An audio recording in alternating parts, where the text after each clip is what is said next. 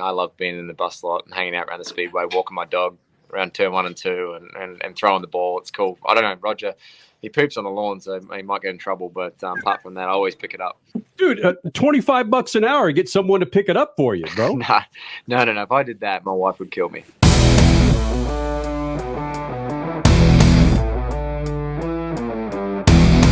Barber Motorsports Park winner, Scott McLaughlin, IndyCar Series winner, joining us here in the Lucas Oil Studios. Taking in a snack right now, a little bit of popcorn. How does a champion get fed popcorn and doesn't have like a full-fledged charcuterie board or some shrimp waiting on you when you win a big-ass race like this, bro? Charcuterie board? Come on, mate. We're in America. We're going to go and have some steak, we're going to have some shrimp on the barbie. I don't know, maybe. But no, we'll have some fun. But super proud. I mean, to win today, it's a great momentum shift for us going into May, and good ranches on the car. We had a perfect sponsor for this party. We're gonna be fed American meat, and it's gonna be a lot of fun. Scott McLaughlin joining us here in the Freak Nation. And Scott, when you made the pass over Grosjean, can you kind of run me through, I don't need a minute by minute, but maybe just what was going on in your head and from your spotter at the time about overtaking Grosjean to finally grab this win? Yeah, look, I was frustrated that I sort of conceded the position after the pit stop. And, I knew that I had a car that was fast enough to, get past him again. I actually asked the team, can I use more fuel to put more pressure on him? Just give me like 5-10 laps.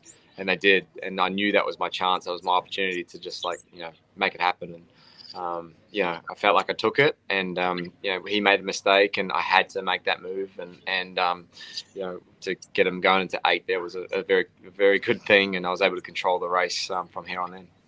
Yeah, Scott, let's talk about that because you were clearly on one of the 3 pit stop strategies. You and teammate Will Power, not everyone was. Everyone post-race that was on the 2-stop strategy was talking about how frustrating it was to conserve fuel. So moving forward, 2 things. Number 1, was it more difficult racing a 3-stop strategy because of how intense it was, whether it's in your arms or your back or your neck, driving harder? And then number 2, if you enjoyed it, should it be mandatory next year, 3 stops for everyone to race balls out? Well, I think it's good having different strategies, which is good. Obviously, we're on the right one today, but you need that for flexibility and for great racing. But, I'm not going to lie, my neck and my shoulders right now are hurting because I did basically 90 qualifying laps just then. I was just pushing.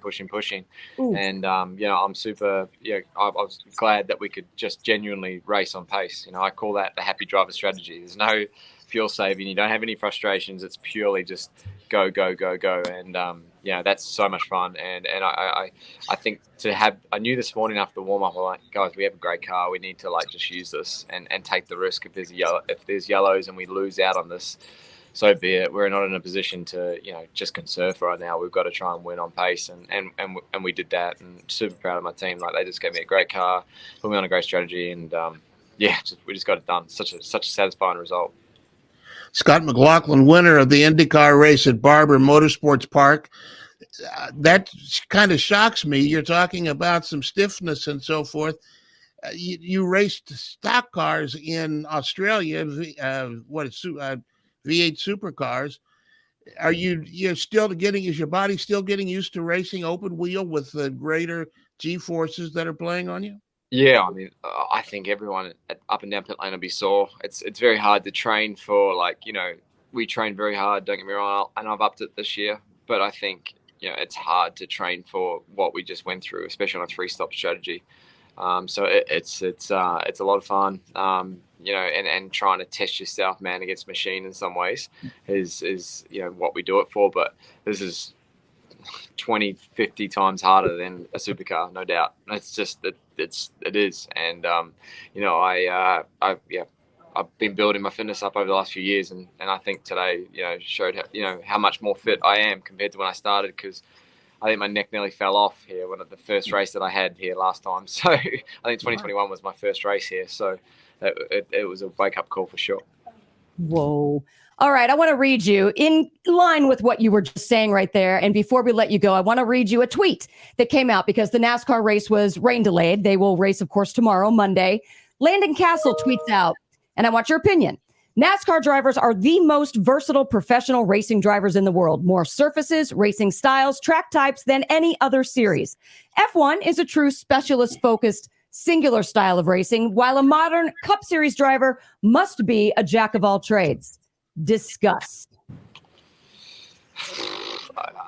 I don't disagree with that, but I think it's pretty ignorant to the fact that IndyCar has road course, street courses, and ovals. We have everything. I'm not saying that we're better than NASCAR drivers, but I think he's ignorant to the fact that what we do as well is very parallel. I think NASCAR drivers are some of the best touring car drivers in the world, but I think you put them in an IndyCar that we just saw with Jimmy. Jimmy spent 2-3 years. It's tough, and I big respect for having an opinion, but I probably disagree with it.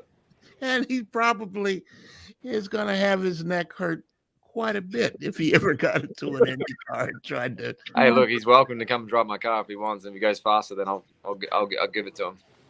Scott McLaughlin, IndyCar Series winner from Barber. Four races, four different winners. It's badass. Do you have the fever? Do you have the 500 fever yet? Should we be taking your temperature?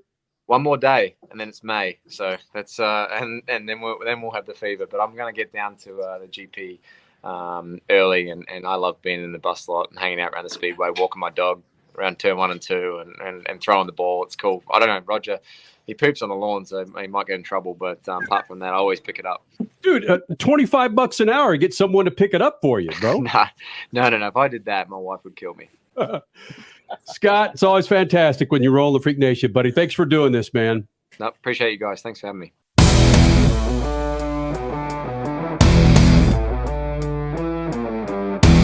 The biggest racing series in America is coming to your town.